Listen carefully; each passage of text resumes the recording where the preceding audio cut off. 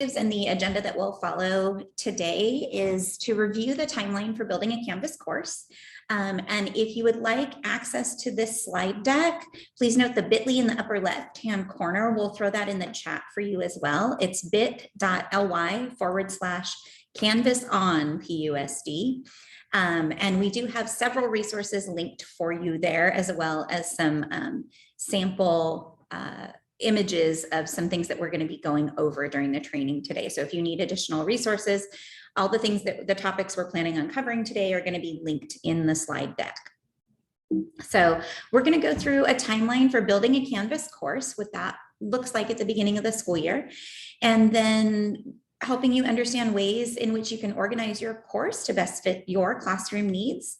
And then we'll also spend some time going over some additional features and options, some updates that have happened recently in Canvas that you may not yet be aware of. And we'll also be spending some time reviewing a little bit of the resources that are available to you throughout the school year in the Canvas Adventure course that every teacher in the district is enrolled in.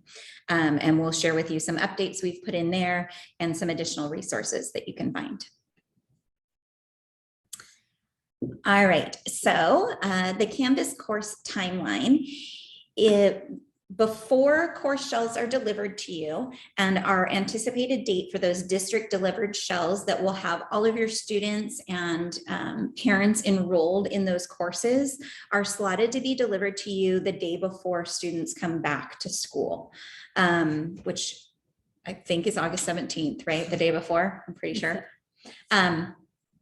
So the reason we ask that you or provide directions on how you can copy last year's course are so that you have time to edit, to update, to make any changes to due dates or anything like that that you need to do, add new content, rearrange, all of those things. Because right now your course from last year is going to be found in an area in your Canvas account called past enrollments. And currently those courses are not going to be editable. They're not going to function the way that a normal open course would, because they're in that past enrollment section. So if you make a copy of that course, then you have a place to start editing and building and rearranging and preparing for the coming school year. Then once your course shell is delivered to you the day before school starts, you can just import that copied content that you've updated into that course shell, publish it, and then you will have your students for the upcoming year, as well as all of your updated content ready to go when students come back to campus. Okay, all of those resources are linked from the slide deck. It'll take you to the page in the Canvas Adventure course that goes over how to copy last year's course or import a template from Commons, or if you're ready to start from scratch or some combination of those things. We go over all of that in detail with videos and step-by-step guides in that Canvas Adventure course. Once you have your new course shell delivered, you copied your content in it, maybe you've even published already and you're ready to go for the school year, there are a couple of other options within Canvas to help it work best for you. So one of those things is called cross-listing. In Poway, at the district level, if you are teaching multiple sections or multiple periods of the same course, so it has the same course title in Synergy, but you have multiple sections of that course, we pre-cross list those for you. So you're delivered one course shell with multiple sections in it. And we know that there are some teachers that have different things going on their campus, or for different reasons would prefer that those sections of classes be divided differently. If that is a situation that applies to you, please email us at edtech@powayusd.com and we can help you make those changes to best meet your classroom needs. If you are a teacher that teaches sections of different courses, but I know this happens a lot, for example, at the middle school level, where you may be teaching an English language arts course and a humanities course, it's the same students, but they look like they're different titles in Synergy. So you get delivered 2 different course shells and you want those to be in one course shell, you can actually cross-list those courses yourself. And we have provided that on the resources page in this slide deck, a link to the step-by-step directions for how to cross-list courses yourself. And that means combining the sections into one Canvas course shell so that you have all of those students in one space. Keep in mind, though, that if you do your own cross-listing, you can't de-cross list. I know it sounds like I'm making up words, but I promise Canvas did it first, and I'm just using their vocabulary. So you can't de-cross list yourself, but again, if you cross list and then you realize, oh my gosh, this isn't what I wanted to do, again, please email us at edtech@powausd.com or submit a web help desk ticket, and we'll get that taken care of for you as far as the uncross listing or de-cross listing, as Canvas calls it. The other thing to keep in mind with your course is that grading terms are set at the district level that follow whether you're on the quarter system or the semester system or the trimester system. And so grading terms will close, which means that you won't be able to go in and edit assignment grades or give students credit if they turned in maybe a late assignment, if a student's out on a medical leave or something, for example, and you need to go back in and update grades. Those grading terms do close. So if you run into a situation like that, please, again, feel free to email us at edtech@powausd, and we will be able to help you out with those kinds of situations.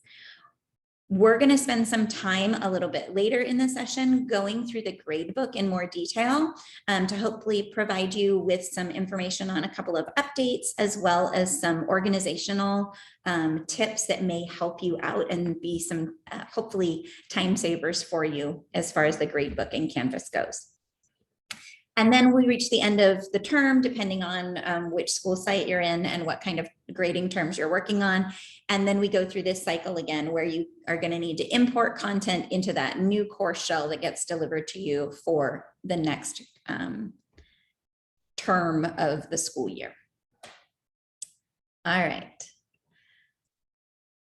This again is that page that we keep referencing. So here are the Canvas resources in more detail, step-by-step guides. We also have an assignment matrix in here. We got a lot of questions last year, and one of our Poway High teachers started this awesome matrix, and we've gone in and made some additions and updates to it as well. So we thank her for that inspiration, and have included just kind of comparing the assignment types in Canvas to the two ways of integrating Google in Canvas as well. So if that's something that you're wondering about, that resource is there for you.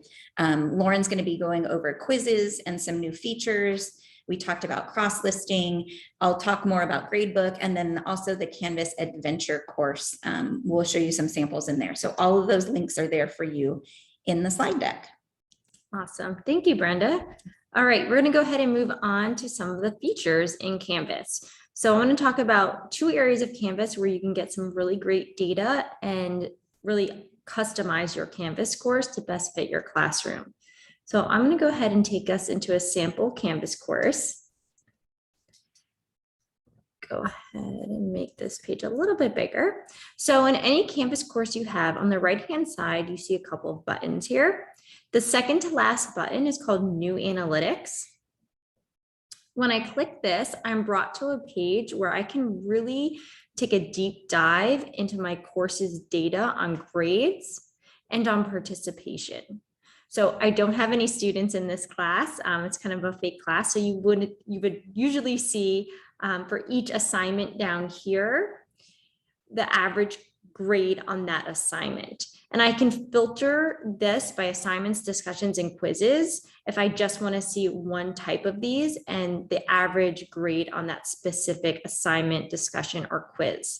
I can also filter this by specific students or a specific section. This is really great, especially if you're doing small group instruction or you're targeting one specific group on a specific skill. You can really filter things here to see average course grades. You can also compare the course you can also view weekly online participation and make comparisons. So when I click weekly online activity, I can see average page views and average participation. And I can see for each assignment, quiz, page, how many students have visited it, how many page views it has, and then participation, how many have interacted with it. I can also see here for students specific data. So I can see their course grade, their percent on time, and how often they're on time with their assignments, last page views, the amount of page views, so much that I can get here. One tool that I really love is this message students who, and this is one of my favorite time saver tips. If I click this mail button, I can send a message individually to students who, and I can choose a criteria. So maybe students who scored less than 70% on, or I'm sorry, who have a score range of 0 to 70%, and I can send it just to a specific section of students as well, but it'll filter out students in a specific score range, and I can send them a message. I can also message students who might be missing things or who are late to an assignment. This is a quick way for me to, rather than one by one messaging students, it'll send out individual messages to those students. Just a quick way to really reach out to your students without having to go one by one through your gradebook and see who's missing, who's late, who got a specific score. The last thing on new analytics is reports. These are especially helpful if you're doing report cards, you're looking for extra data, or you're having conferences with students. You can run a report on the whole class's missing assignments, late, excused, just have a class roster, or just on course activity itself. And if you're not sure what these reports mean, you can just click on that little I next to the report title, and it'll give you a little sampling of what it is. So it gives you an idea of what you're looking for before you actually take the time to run the report and download it and then realize, oh, wait, that wasn't quite what I was looking for. So that's a nice feature in there as well. Awesome. Thank you, Brenda. All right. So the next thing we're going to go ahead and look at is in our settings. So if you scroll all the way down on the left side navigation bar and click settings, there's lots of settings up here, but if you go to feature previews, you'll have a list of different features that Canvas is coming out with. So these are often very new, and you can see some of them are even in beta, they're in testing. So they can, especially when they're in beta, be a little bit glitchy, or they have changes even coming to them. But this is a great way to see what's next in Canvas, what's coming out, and some of these features are absolutely amazing. They can really help with whatever it is you might be doing in your classroom. And if you don't like it, great thing is you can turn it off. So you can see I have a couple of these on and a couple of them off. I'm not going to go through each one of these. I'm just going to call out a couple of the most popular ones. But if you are interested in some of these other ones, again, that Canvas Adventure course goes through all of the options that are in here. It gives you a little bit more information about each one of them. So the first one I'm going to show is the quiz log auditing. This one allows you to track the events of a quiz submission. So rather than, did they open it? Have they started it? How many times did they open it? How many attempts did they take if I allowed that? There's no guessing in this. You can see everything. You can see how long they've been on it, how many times they opened it. It really gives you a bit more of an insight into how they're participating with that quiz. That way you don't have to say, hey, did you get started with your quiz? You know all this information. Another one that is very popular is the student assignment enhancements, or assignment enhancements for students. And this one allows students to have a bit more user-friendly view on where they are at with a specific assignment. And while I don't have students in this course, I screenshotted a picture of what this would look like for students. So if you turn on this feature, for students, they'll be able to see this progress bar at the top of the assignment. So for this student, they can see that it's available. They need to upload something. This is a file upload assignment, but we can see they haven't submitted it, and obviously it is not graded yet. It also lets them know what attempt they're on at the top. If this is an assignment where they're allowed multiple attempts, they can see the progress on each attempt of this assignment. So it just really gives a nice, neat, linear view of the students' work and where they are at in the progress of submitting that assignment. So those are two of the more popular ones, and I recommend always occasionally checking back on here as they add new ones. These are, again, all accessible in the Canvas Adventure course to learn more about each feature. All right, the next thing we're going to go ahead and move on to, oh, there's one thing I forgot to mention. If you do have the student assignment enhancements turned on and you want students to submit a webcam submission on the assignment, the enhancements will not work with that type of submission. So you can always turn it off and then turn it back on after they've done the webcam submission. So hopefully Canvas will work that kink out. Again, these are very new things to Canvas, but as of right now, we did notice that is a glitch, that it does not work with webcam submissions. And Lauren, if you don't mind, we had a question in the chat about the post grades to SIS. I know you see that in there. Yes. We have been, as if you've been in the district for a while, you know that we have been begging Canvas and Synergy for quite some time to develop the ability to communicate with grades across the two systems. Last year, we started with a small pilot group of teachers at two different locations in the district. And we were really hoping that things were going to go smoothly and we'd be able to move the entire district into what they call the gradebook passback between Synergy and Canvas. Unfortunately, that is moving much slower than we initially anticipated. And Canvas and Synergy have been working on this. We've been meeting with them regularly on it. Our group of pilot teachers across the district have been providing us with feedback. And based on all of those, we have expanded the pilot to a larger group of sites and teachers this year, but it is not yet supported enough by Canvas to allow us to roll that out to the entire district. We know how much time that could save you, and we know how important that is to you. And we are working with both companies to ensure that we can move forward with that gradebook passback or gradebook sync. But currently, unless you are part of those pilot groups, and you would know that from your site administrator, we cannot currently support the post grades to SIS option that you're seeing there unless you're one of those pilot teachers, which requires some background information on there. And we will continue to update you with the progress that is made. I talked to our Canvas rep this week. I know they've hired a lot more people that work in the integrations department. So we're moving in a positive direction. And we are continually trying to push them to move this as quickly as possible. And at the same time, we want to make sure that it is working seamlessly for you before we move everyone to that. Thank you, Brenda. Yes, hopefully we'll get that up and running soon. All right, so we're going to go ahead and jump into the next piece, which is modules. If you're a very organized person and like things in nice, clear, linear order, you will love modules. Anytime I've done anything in Canvas with students, modules are always my go-to.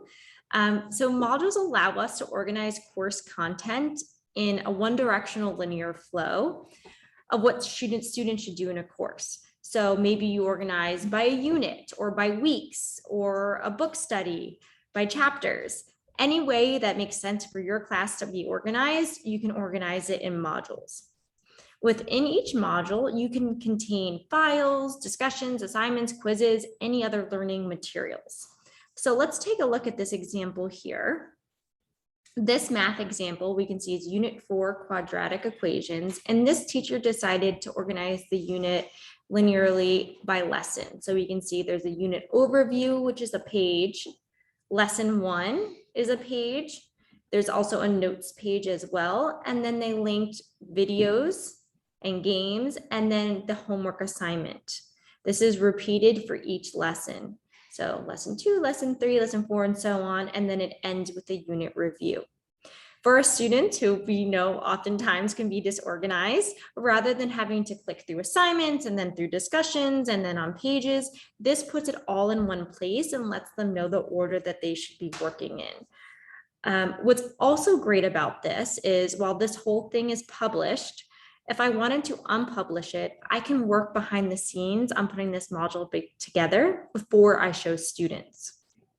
When I'm ready for students to have access to this, I can click publish, and I can even go through and unpublish things that I don't want them to see yet. For example, maybe I just want them to see lesson 1, and I'll open these things up when they've completed lesson 1 or when the time comes. I can unpublish the things that I'm not ready for them to see in the module just yet. Another way that I can monitor their pacing is by adding requirements or prerequisites. So if I go to the top right-hand corner, there are 3 dots. When I click edit, I have the ability to lock this until a specific date or add requirements. So they must complete all, they must move through in sequential order, or they must complete one of a specific thing by either marking it as done or contributing to a page. And I can add multiple requirements in here. So this really allows you to control the pacing or what you want them to complete or participate in. To add something to a module, I go to the plus sign in the top right-hand corner and I click plus. And again, you can add a multitude of things to your module. And if it's something you haven't created yet, you can also just hit create assignment or create page and create it right here and add it to the module. Any questions about modules? I have one more example here. This is a choice board. So this is not organized like a unit would linearly. This one is more choose one from this section, choose one from this section, and choose one from here. So this is more organized as a choice board, but again, an easier way for students to view all the material they need to access.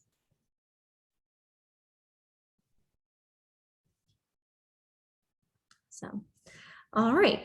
So that's the end of modules. The next thing that we're going to jump to is quizzes. Go ahead to quizzes on the left-hand side. When you want to create a new quiz, you can click plus quiz in the top right-hand corner, and you will probably or may have already seen choose a quiz engine. So a little note about this here, you have 2 options, classic quizzes or new quizzes. Classic quizzes is what's been used since we've had Canvas. And there have been little but not too many updates to this. So Canvas has now launched something called new quizzes, and this will be the default quiz type starting in July 2022. You'll no longer be able to make classic quizzes. So we suggest now's a great time. You have a whole almost a year to try out new quizzes. We suggest starting this school year and playing around with this so that when classic quizzes goes away, that we're not too overwhelmed and you've had this year to really try it out. Another note, no need to panic about your classic quizzes. We promise that they are not disappearing and they are not going away. They will be migrated to new quizzes. If you would like to migrate them to new quizzes now, you can do so manually. We have on our resources page a link that says new quizzes. If you go to there and scroll to the bottom of that page, there's a whole section on how to manually migrate your classic quizzes to new quizzes. But again, no need to panic. Your quizzes are not going to disappear in July of 2022. They will be there and they will become new quizzes. Anything else about that? I don't think so. All right, so I'm going to go ahead and click new quizzes. We also have, should mention on the resource page, a side-by-side comparison of classic versus new quizzes. If you click that resource, there's about a 4-page document on a comparison of all the different features, but I'm going to show you some of the most popular ones as we go through it here. Okay. So I'm going to go ahead and write math quiz, decide on my points. Submission type stays as of right now external tool because this is something new and not taking over classic quizzes just yet. It stays as external tool. I put in my due date. And differently from classic quizzes, I'm going to not just hit save, I'm going to hit build. Once I hit build, I'm immediately in something that looks a little bit different. And this is our new quizzes. It's very clean, easy to use layout. And I can see right away, okay, here I can add my first question. I can put my instructions in here, this text box, and you're welcome to add a video instruction, add pictures, add links to the instruction if there's something they need linked to. So I put my instructions in. And then to add my first question, I hit that plus sign. So you can see right away, so many different options you have in new quizzes. It's really awesome. I highly recommend exploring all of these. We could probably do a whole section just on these question types. There is information about this on our resources page. When you hit new quizzes, it explains all of these question types. I'm going to go ahead and click multiple choice because there are some new features with the multiple choice question type. So I add my question, see 2 + 2, and then I put my answer here and my answers, and I click the correct answer. Now, here are a couple of options that I can offer to my students. I can give them an on-screen calculator. I can shuffle the choices. But here is something new that I think is really great and has been an asked for feature is varying points by answer. So you can see when I clicked that, these boxes popped up here. So let's say this question is worth 2 points. Students would get 2 points for getting that correct answer, but let's say maybe I want to give them partial credit. They did 2 - 2. So maybe if they got 0, I'm going to give them 1 point. I can do that with this vary points by answer feature. Another thing that I can do that I think is really helpful in giving students that immediate feedback is giving feedback per answer. So I know if they got 0, they subtracted. So when I hit this little comment icon, answer feedback comes up. So I can say to them, be careful to look at the sign.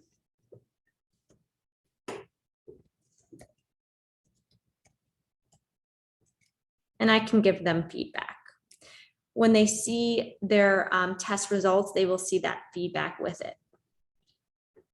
Another thing you can do with these questions is add them to an item bank. So let's say this is a quiz, but maybe I want to use similar questions on my unit test or use them later in the year for review.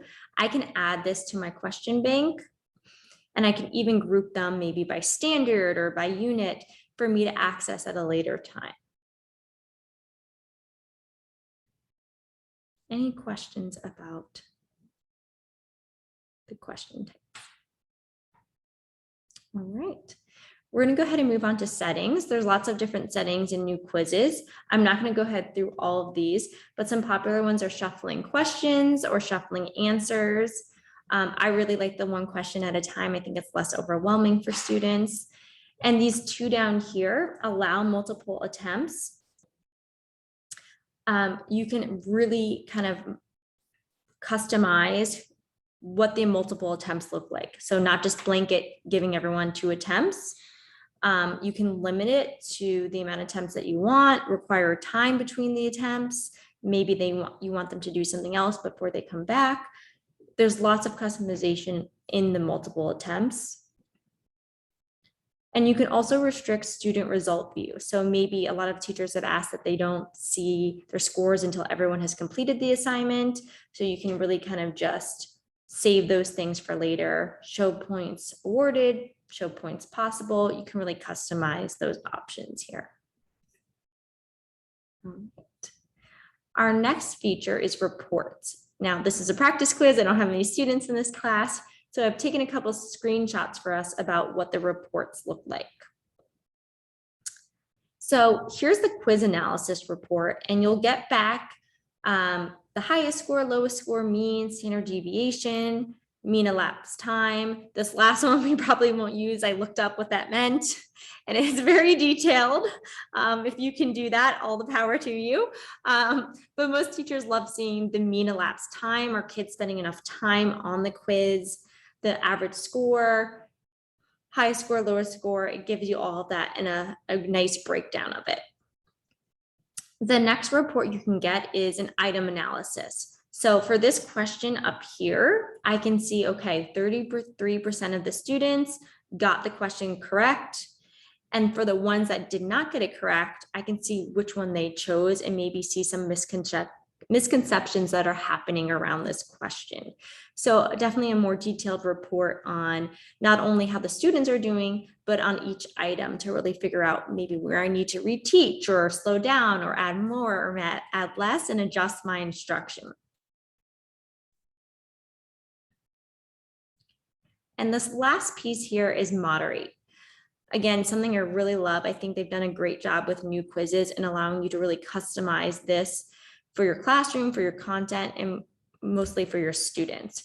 So here you can see there are accommodations put in place for students. If I click on this pencil, it'll allow me to adjust the settings for this student in any quiz or assessment that they take on campus. So let's say, for example, in this student's IEP, they get an extra hour, or maybe they get double the amount of time of the actual test, whatever the test might be. I can also put in a time limit multiplier. Once I click save, this accommodation will be applied for this specific student in all future quizzes on campus. In your course. In your course, yes. Just in that course. Thank you for clarifying. Yes, that won't apply everywhere. We know their goals might be specific to maybe your course or something like that. It's also to keep in mind too, if you teach multiple subjects or giving only for specific things. If you want it just for one time for this specific quiz, you can click moderate. And here's where you can add additional attempts or time adjustments just for this specific quiz. All right. Any questions about quizzes or modules? Feel free to put them in the chat. I'm going to go ahead and hand it. Oh, I think we have one question. Oh, I think it's about the question type of hotspot. Oh, okay. Do you know? I think so. The way I've seen hotspot used is like on a map.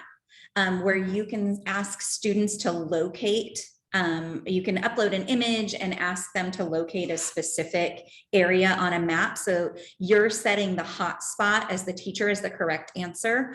You can do this to identify historical figures. I'm sure there are other examples that you can think of, but that hotspot is like locating something within an image.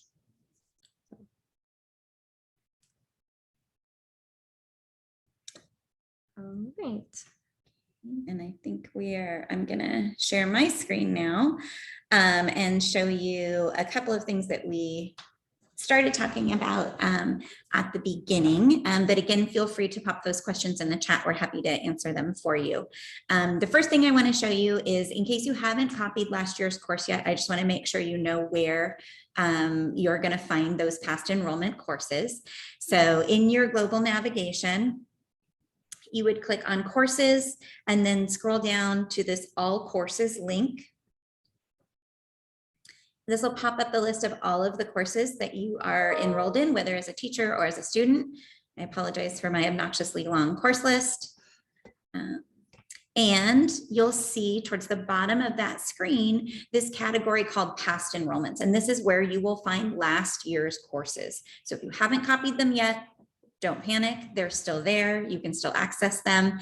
And then you can just open the course, go into settings and copy that content. So you have last year's content to start editing now prior to the delivery of the upcoming school year's course shells. And we will be putting this information in a banner announcement on Canvas so that you have access to the guides and the quick video that walks you through those steps if you need it. All right, I'm going to show you a couple of things in a demo class on the Gradebook. And then we'll talk a little bit more about integrations, and I'll share some of the resources in that Canvas Adventure course. So I'm just in a course, and I'm going to go ahead and go into my gradebook. And there are a lot of different ways that you can organize your gradebook that can hopefully streamline that grading process for you. So the first one is, if you click on the 3 dots next to the student name, you have a lot of options here. You can display their names last and then first, or first and then last, depending on what works best for you. You can choose how to sort the columns if you want it alphabetical from A to Z or from Z to A. You can also talk about the secondary information. So this is the information displayed underneath the student name.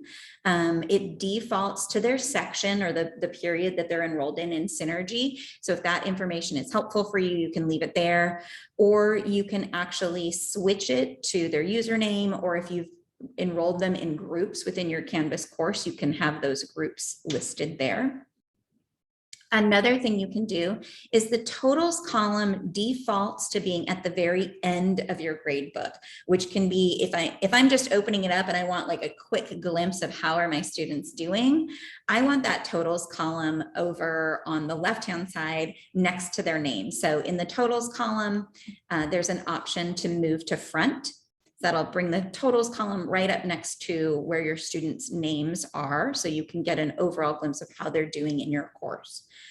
The other thing you can do is choose to display it as points or as percentage. So that's up to you what view you want to see. It does give you a little warning there that that's also how your students will see their grade. So if you're working on percentages and then all of a sudden you switch it to points, you might want to remind your students of that just so they don't panic. Those options are there for you. You can sort again by the grades, low to high. It'll rearrange your students so that you can take a look and get an idea of any students you may need to pull into a group or have a conference with or send a message to.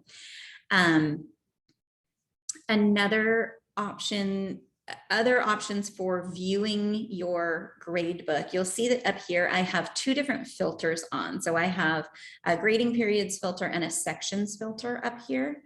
And those are just located under the view menu and then filters. And you'll see I can also turn those off, and then those options will go away. So if I want to be able to sort by multiple filters, I'm just going to select them under the view menu, and you'll see it pop up here, and then you'll have a drop down menu. So I can filter down by trimester, I can filter down by sections in my course so that I can view my grade book more easily and make it more accessible.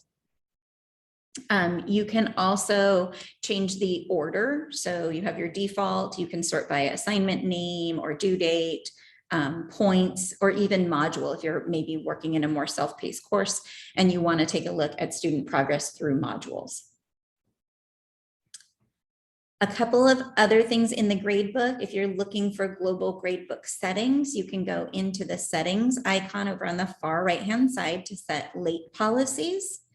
And then also grade posting policy. So the grade posting policy is either automatic, meaning as soon as I enter a grade, that grade becomes available to students and observers. Observers are parents in the Canvas. Parents within Canvas are in the observer role, meaning they're attached to a student. And whenever a student is enrolled in a course, that parent or observer, that's whoever has ed rights within Synergy, is also enrolled in the course in that observer role. So you can post grades automatically as soon as I enter them in Canvas. They're made available to parents and observers, or I can choose to manually post grades, which means I could enter grades and they won't actually get released. Students and parents won't be notified of them until I manually say, yes, post those grades now. So those are your options there. And then the late policy has some different options for you as well that you can set within your course. Oh, sorry, too many things on my screen. Okay. Another feature in here, and Lauren went over this a little bit, is by assignments, I can go in and get to that similar message students who. I love this feature. I know teachers love this feature. I know somebody even commented in the chat, this is great. This is another place, another area you can get to message students who, and it has a few different options. So we have haven't submitted yet, which you saw previously, but also haven't been graded. So maybe you were working on grading over, at some point, and kids are anticipating and waiting for this grade, and something happened and you need to just let everybody know that you haven't graded yet, that like you haven't forgotten about them, it's coming soon, whatever, maybe there's a delay. So you can message all of those students. There's also the scored less than, and you can enter in, whatever you want, and then scored more than. And you can choose to actually send messages to those groups of students, or you can actually remove the students and just include the observers. So just send a message to anyone in that parent role within Canvas, or you can choose if you want that message just to go to students. You can also use this for grouping or reteaching. Maybe I did an exit ticket one day. This is a concept you really need to know before we move on. And I want to know if anybody didn't quite get it. And I'm just going to get all their names are just going to pop up right here for me. So I don't necessarily have to use this to actually message them, but for my own instructional purposes, I know the next day these kids walk into my class and I want, the first 5 minutes, I'm going to pull this small group and go over some information with them before we can move on as a whole class. Again, the 3 dots next to the assignment title, you can sort by grade, low to high, see who's missing or who turned something in late. You can also set a default grade. And this can be handy if you're trying to go quickly through something. Maybe I've sorted it by late or missing, and I've marked all those students with a 0. And then I want to give everyone else who submitted the full points, and I'm ready to move on. So I can set a default grade. You'll notice this checkbox here, overwrite already entered grades. So if I sorted and I said, these kids are all late, they all got 0s, I don't want to overwrite that because I want to keep track of this. Or maybe they've done something in class to make up for this online assignment, or they're doing an in-class submission, or everyone participated in an activity and you want to give everyone that and you just want to overwrite, that's up to you. And then when you click set default grade, it'll give you a notification. I don't know if this is popping up for you guys or not, but it gives you a little notification of how many student grades are going to be updated. And then it'll fill those grades in for you at that default grade that you set. Another thing you can do here is jump into the Speedgrader, and I want to show you a couple of new features in here. One came out towards the end of last school year, and then another one over the summer. So you may have seen them, maybe you haven't. And I'm just going to jump into an assignment here. The student has submitted something, and you'll see this image bar is just right. And there we go. Okay. You'll see down at the bottom here, I have this reassigned button. They've added a feature where, as the teacher, once you provide feedback to a student who has made a submission, you can actually request a resubmission right from Speedgrader. So right here, it requires you to put in feedback, and we did this in the earlier session, so I'm not seeing it here, but once you enter feedback, this button will turn into a request resubmission that you can actually click on, and it will send a resubmission request to the student. So you can do it right there from Speedgrader. I'm opening your work, I'm giving you feedback, and I'm like, whoa, whoa, whoa, clearly you didn't get it. Let's meet tomorrow. And then I'm going to have you resubmit. So you're going to type in some feedback and click that reassign or request resubmission, and it's going to go back and notify the student. It's going to go on their to-do list that they now have this resubmission along with your feedback. Couple things with the feedback feature in this feedback window, you can attach resources here. So if you have students that are working on something and you're like, oh my gosh, they need to review this document, I can attach it right here in the feedback. You can also record video feedback. So if you want to just record yourself talking them through something, and then you also have the option of speech to text. So the speech recognition button, if you'd rather talk your comments and have Canvas translate those into text for you, you can do that as well. And then another feature that just came out recently, I think it was just over the summer, is a comment bank within Canvas, which should be a great time saver for you. So you'll see right above the comment entry text box, there's a little speech bubble where you can add comments to your comment bank. And then there's also this number. So you'll see I currently have 3 comments in my comment bank. I can just click on that number. I can then just click which comment I want to add, and it saves me the typing. Maybe I came up with the perfect wording for a student who's struggling with a certain concept, and I already have that just saved in my comment bank. So if you want to create a comment, click on that speech bubble, type in your comment, and then you can just click add to library, and you'll see now that my my little counter here for how many comments are in my comment bank just went up to 4.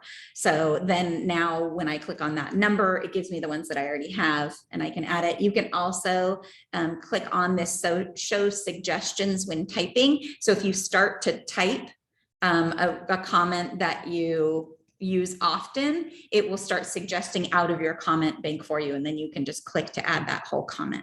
So a nice time saver there that they've added. There's a question on just, can you review the comment bank again? Can you just go over that quickly? Sure. Yeah. So when you're in Speedgrader in an assignment for a student and you're in the comment text box here, you have the comment library is located right above that. So to add a comment to the comment bank, you're going to click on the speech bubble. And then down at the bottom, can you guys see this little slide that came out? Is that showing up on your screen? Besides this? Yes. Okay, great. It says manage comment library up at the top, and you can just type in your, let's review this tomorrow, or whatever your comment is going to be. And then you can click to add to your library. You'll see it pop up here in my list. I get a little green pop-up that says comment added, so I know that it's there. And then next to that, you'll see this little counter. So right now I'm up to 5 comments in my comment bank. If I'm working in here and I want to add a comment for a student for feedback, I can just click on the number. I know I already have something in here, and I'm gonna click on that comment. It's gonna pull it into the comment box for me, and then I can just click submit. So that's a nice a feature within Canvas, a little time saver there that they've added, which is great. All right, I know we're getting towards the end of our time. I do want to show you and make sure that you know a couple of updates that have happened. So I'm going to jump into the Canvas Adventure course. Again, if I can keep everything on my screen arranged. I'm going to, did I not? I guess I didn't have it open. Okay. I'm just going to get back here and go into the Canvas Adventure course. And just so you guys know, you're all enrolled in this course. If for some reason you aren't, please let us know. But Canvas Adventure is a course that is a living course. We do update it throughout the school year. I try and designate with some little gifts and things in here to kind of attention grabber. Hey, this item's been updated, or hey, here's a new feature. Quick question about the comment bank. Oh, yes. Sorry. Is the comment bank for one assignment or for all? And is the comment list, the comment list, is it unique to each assignment, or is it available for all? Let me go into a different assignment so that we can see, let's see. Okay, I'm gonna go into this sample assignment, and I'm going to hop into Speedgrader. So this is a different assignment from the one we were in before. So my comment bank is still available. Now, as far as I know, this is a relatively new feature. As far as I know, this is not something that like I can share my comments with other teachers. Like they're not there yet. I'm sure it's a feature that they're working on because we know that sharing within Canvas is one of the most requested features for anything. I've created something, I made something, it's amazing. How do I share it? How my colleagues want it? How do I share it? That's not there yet. But it is in your course. I honestly haven't had a chance to test it in, I'll look in Canvas Adventure, although I don't think I have any assignments in here. I'll check in another course. I'm not sure if it transfers from course to course, but it's at least in your course for any of your assignments within that course. But I'll have to check. And I don't know, Lauren, if you have a chance, maybe you can look and see if they have that information in the guide. That would be awesome. Okay. So we have our updated, we have our new information in here. And one of the things that, a couple things I want to show you. One is that we've updated the integrations page with more information. Vendors and companies are constantly upgrading or coming out with an integration that we can turn on within Canvas. If it's a district supported program, we can do that usually at the district level, although it depends, it varies a little bit by program, but that's why we put this matrix up. So you'll see Adobe Spark is now integrated within Canvas, set at the district level. We have links here for how to create an assignment, a video and an infographic that walk you through those steps, how to create an Adobe Spark integrated assignment within Canvas. And then we also have support contact information, because while it may be in Canvas, it may be an Adobe Spark issue that you're running into. And oftentimes those integrations are set up by that third-party vendor. So not by Canvas, but actually this integration is run by Adobe Spark. We just see it in Canvas because we've turned it on. Most of the integrations are set at the district level. You'll see we have some updates coming for some of the integrations, but there are a few exceptions to that. For example, Flipgrid is actually set at the course level by the teacher. And we had this question come up in an earlier session today. If you integrated Flipgrid in your course last year within Canvas, and you copy that course over, you're gonna have to do the Flipgrid integration again because you've actually created a new course. So if that's something that you're working with, I would recommend that you wait until you get your district delivered shell, put your content in, and then do your Flipgrid integration in that district created course. Because it is specific to just that course and that Flipgrid grid that you create. And then again, we've put in links to online guides and resources for you here, as well as some of the support information that you may need. The other thing I want to make sure that you guys are aware of is that the Turnitin integration has changed slightly. So we've always had Turnitin, the ability to access Turnitin in two different ways. One of those ways is by external tool. That hasn't changed. You can still use Turnitin as an external tool integration within Canvas. But what has changed is that little box in your assignments. I'm going to hop over to an assignment now. This little box that says enable Turnitin submissions is an old integration that is no longer supported by Turnitin. They actually stopped supporting it a while ago, but we were able to squeak through the remainder of last year, trying to keep changes to a minimum. With it, but it is going away. You will not see this button in the fall or in a few weeks when you come back. This button is going away. What you will see is this new box just below it that says plagiarism review. And this is where you're going to select that new integration. It says Turnitin new plagiarism framework is what it's called. So you're going to turn that on, and then you'll see all of the options for your Turnitin settings right there within Canvas that you can set, and you can even save as your default settings right within Canvas. And then on the Turnitin page within the Canvas Adventure, we have guides for you that walk you through both the external tool and the plagiarism framework. We have videos for you on each. And then we have this matrix here comparing the two so that you know which option for using Turnitin will work best for you. All right. Do we have additional questions? I know we're like right at the time. So feel free to pop questions in the chat. I think we can hang out for a couple of minutes here, but if we didn't get to something and you have a question, please feel free to email us at edtech@PowayUSD. And thank you so much for joining us today. We hope that you have enjoyed your summer so far, and we are jealous that you have a few more weeks. So we hope that you get a chance to relax and enjoy those. And please let us know if you have any questions or if we can be of assistance. Thank you.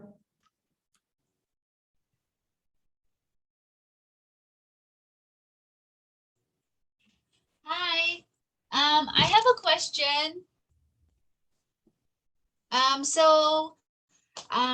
This doesn't relate to what you talked about today, but I have, there's a teacher that moved to another school district, but she used to be with Poway and she wants to move her Canvas course to her new district's Canvas. How would she do that?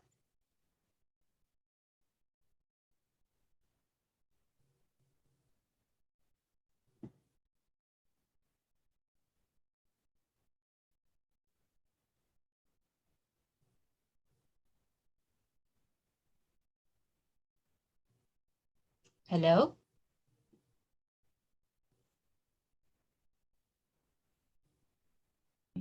Hey, Jackie, I'm sorry. It looked like Hi. you might have been talking to us, but we can't hear you. Uh-oh. I don't know if it's on our end. Oh, now you're on mute. You're unmuted. Yes, but no. Oh, somebody else can hear you. Maybe there's something going on Oh, with our sound. Is your volume up? here, let me, yeah, it's up. Thank you, Marty. And you're Oh, on your. here. Okay, can you try talking again? Yes. Okay, Hello? here we go. Okay. Sorry, it was. No worries. So I was. I'll do that. Yeah. It's trying to use our microphone as a speaker. Thank you, Marty, for helping. So I was asking, I have a friend that she needed help transferring her Canvas course from Poway USD to San Diego Unified, and she doesn't know how to do that or if that's even possible. She can actually, let me find the directions and I'll send them to you. But basically what she's going to do is export her Canvas course. So under settings, you can export your course as a Canvas course export package. And then she can just like save it to a hard drive, you know, to a USB drive or something. And then she can upload that into her new Canvas instance. Oh, that's amazing. Yeah. Is there a way that she can get access to her Canvas again? Because she told me yesterday she doesn't have access to it anymore. Oh no. It's more of a web help desk, like our IT group, as far as like accounts and things go. But if you want to email me the information, I'll see what I can do. Okay. She said she was gonna email you yesterday, but is it still the edtech@Poway USD? Yeah, you got it.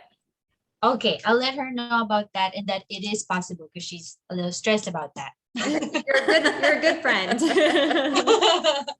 Well, thank you so much, guys, for today. Thank you. Have a great day. Bye. You too. Bye.